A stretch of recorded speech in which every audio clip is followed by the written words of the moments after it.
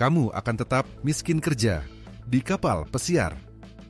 Kalau nggak lakukan ini, kamu bisa kerja di kapal pesiar, gaji puluhan juta, keliling dunia. Tapi kenyataannya, banyak yang pulang nggak bawa apa-apa. Bahkan ada yang balik ke Indonesia dalam kondisi punya utang. Iya, kerja keras tapi tetap miskin. Kenapa bisa begitu? Karena ada satu hal penting yang sering banget diabaikan. Dan kalau kamu nggak lakuin ini, siap-siap, hasil kerja kerasmu bakal lenyap sia-sia. Saya pernah ada di posisi itu. Kerja siang malam, shift panjang, gaji besar. Tapi entah kenapa, uang rasanya cepat sekali habisnya. Pola hidup berubah. Dikit-dikit belanja, dikit-dikit traktir teman. Ngerasa, saya pantas nikmatin hidup karena udah capek kerja. Tapi kamu sadar nggak? Itu jebakan. Kamu pikir sedang menikmati hasil kerja, padahal pelan-pelan kamu sedang menggali kuburan finansialmu sendiri. Ada 3 kesalahan fatal yang sering saya lihat dari teman-teman kru kapal pesiar.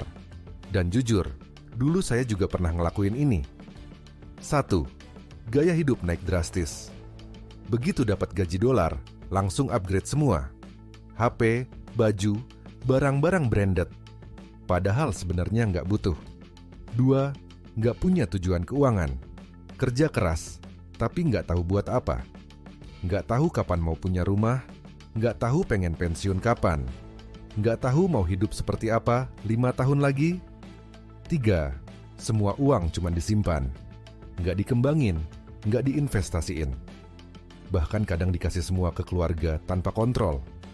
Akhirnya, habis, nggak ada yang kembali. Sekarang saya tanya, kamu mau kerja bertahun-tahun tapi tetap miskin? Pasti nggak, kan?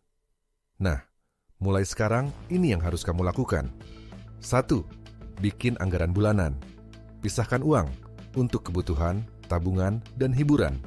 Jangan tunggu sisa, tapi sisihkan dulu, baru pakai sisanya. 2. Wajib punya tujuan. Tulis dengan jelas.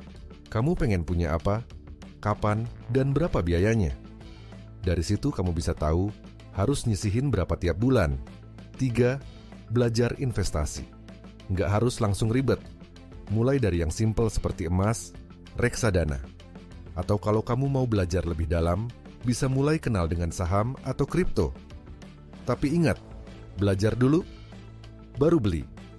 4. Jangan jadi mesin kirim uang. Bantu keluarga itu baik, tapi kamu juga harus punya kontrol.